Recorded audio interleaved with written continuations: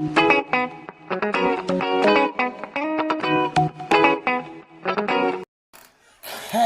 visuals and welcome back to the Visual Guy podcast on Squeaky Chair, which is amazing because I bet the mic's picking it up right in your motherfucking ears. But yes, it is another solo podcast. It is another solo edition of Marvel's What If review.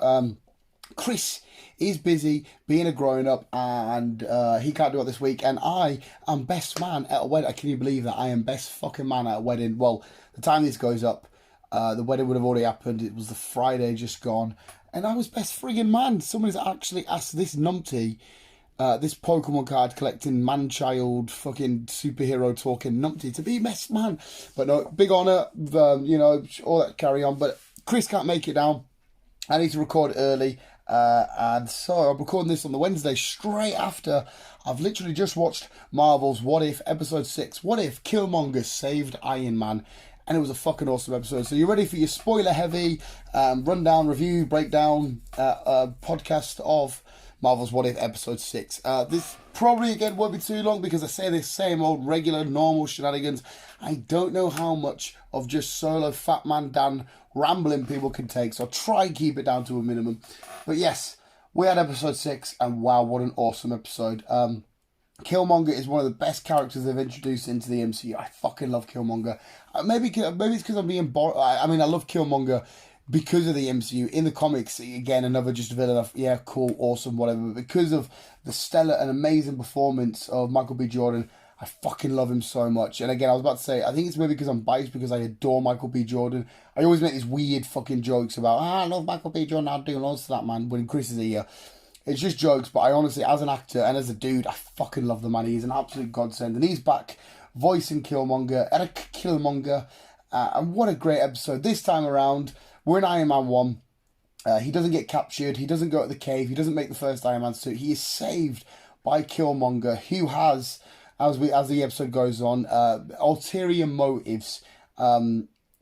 We see his plans lay out in different way and different shenanigans happen because it's to be fair, it's the same Killmonger with the same motives and plans as we get from Black Panther, because he's such a cool and unique and different kind of villain. He's not just a villain for the sake of I want to be a villain and be a dickhead. He's doing it because he truly feels like he's been dishonored and wronged, and his brothers and sisters have all, society, all the shit they've given him and this kind of stuff.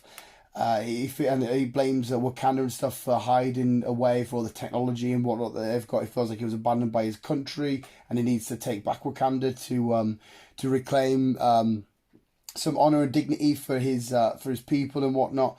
And it's just really friggin' cool. I love him as a villain. I love the character and the story they give him. And the same character and story is applied in this episode of Marvel's What If, but it's a different way we get there. Instead of just getting into Wakanda, fighting Black Panther, and away you go.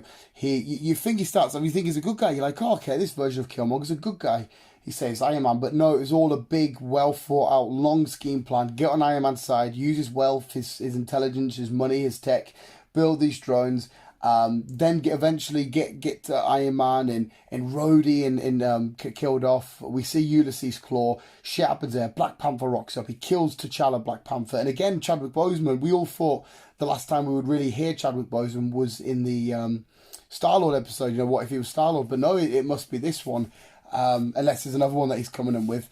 And he gets killed off. Ulysses Claw gets killed off. He eventually gets to Wakanda, but he says he was doing it this whole time against the American people and the American government, and he's doing whatever he can for Wakanda. Betrays T'Challa's dad will sort of, but does that, well, he will go on to betray, but he misleads and misguides and, lies about what his true intentions are. There's loads of moments where he's looking away and smirking and stuff. The American government get all of these drones that he makes. They attack Wakanda, but he's kind of in control anyway. They have a big fight. He defends Wakanda. T'Chaka makes him become the Black Panther. He has this great little moment where he's on the plane of the dead with T'Challa, and T'Challa basically says, because it ends really beautifully, he basically says, listen, it's all going to catch up to you, and the way that you're doing it, you got about it all wrong. Everything, whether it's on this existence or the next, or this play that you're playing or mine, it's all going to catch up to you, and it's all going to, come back to bite you in the ass. And we end the episode with Shuri finding out the crack about Killmonger being who he really is, killing to challenge stuff. Pepper Potts finding out, both of them basically saying, listen, our people are both at war with each other. And Shuri's like, well, let's do our best to stop them. And it shows you Killmonger, Michael B. Jordan's Killmonger as the Black Panther in his black and gold suit at the end, looking out over Wakanda. You know, and his job's been done in his eyes. That's it. He's won and done, dusted. And it was a fucking great episode. Like I said, I absolutely adore Killmonger as a character. He's so frigging great. This episode was fun. And again, I don't need to speak too much about the animation because we all know how much I love and how much I fell in love with the animation of this stuff. So frigging great. So amazing. But the story's really great. And like I said, misleading. Seeing Tony Stark dying the way that he does because we think Tony Stark's done him over. But no, Killmonger fights away because there's like a moment where Iron Man finds out everything that happened, that he killed Rhodey and whatnot. And it's actually quite, and I'll finish that story first off. He shuts down this house. He thinks, oh, yeah, one of these drones are going to kill you, but he ends up doing it and then chucking a vibranium spear through Iron Man and then eventually killing him off. But but everyone's like misguided and not believing that it was him. And he's like, oh no, someone did this to Tony. He's really good at double crossing and manipulating and getting behind everybody. He's so fucking fantastic in this episode. But yeah, so I'm just going to replay because I've just got the episode playing in the background. And I literally just finished again as I was getting set to record. Yeah, great episode.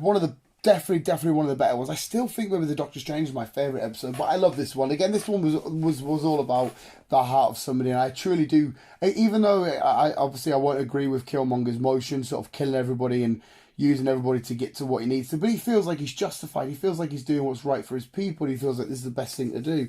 Obviously, he's definitely gone about the wrong way. You can't go around killing. You can't kill Black Panther. You can't kill Rhodey. You can't kill Iron Man. And the biggest, saddest part, in this episode, is the fact that Tony Stark doesn't go on to become Iron Man. There is no Iron Man. Jebediah gets done early on because he doesn't go on to become Warmonger. That doesn't happen.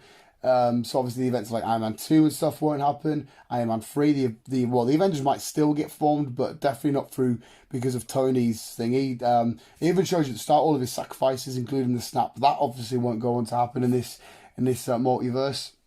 But yeah, it was a fun episode. Really, really freaking enjoyed it. Tremendously written, tremendously done. What a way to utilise a character which we've only been able to see once and explore again. Bringing Michael B. Jordan back in to do the voice work. Yeah.